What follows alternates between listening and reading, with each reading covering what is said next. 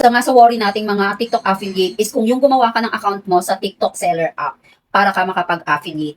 And isa ako sa mga gumawa niyan before kasi inaalaw pa yan ni TikTok. And ngayon lang talaga ako nakapagkalkal. Hinanap ko talaga yung mga pinagsulatan ko ng mga important information, mga details about sa pag-open ko ng TikTok affiliate. And buti na lang nahanap ko yun. And na-open ko nga yung aking TikTok seller app gamit itong account ko na to. And gusto ko na rin talaga siyang i-unlink kasi nga hindi ako mapakali kasi nga baka isang araw ma-restrict na lang tong account ko or maban na lang tong account ko dahil nga baka nakalink na ito sa aking TikTok seller app. And alam nyo ba, finally tuwang-tuwa ako kasi nalaman ko na hindi pala nakalink itong account ko sa TikTok seller app. So meron talaga akong seller app pero hindi siya nakalink. So paano ko nalaman? Na-open ko siya and ito ipapakita ko siya sa inyo.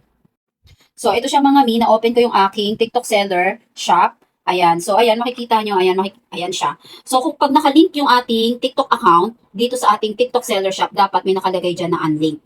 So, dito sa akin, wala siyang nakalagay na unlink. So, ibig sabihin, hindi ko to na-link sa aking TikTok affiliate account. So, ayan. So, ayan siya nakalagay, sign in with TikTok account. So, hindi ko na siya ginalaw.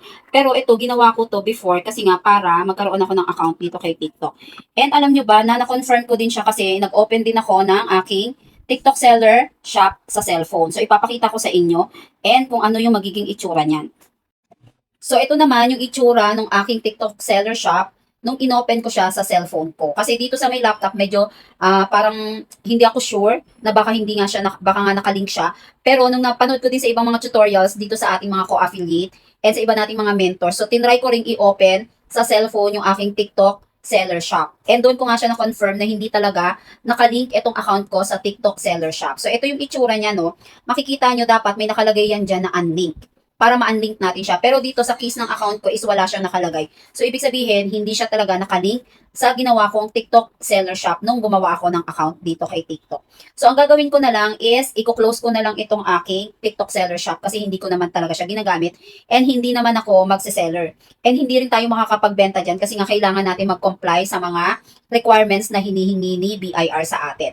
So kung meron kayong ganitong scenario, manood lang din kayo ng ibang mga tutorial ng mga kasamahan natin ng mga TikTok affiliate na naka-encounter din ng same katulad sa akin. Pero syempre, depende yan sa mga account natin nung ginawa natin yan. Ayan, sana makatulong sa ating mga TikTok affiliate.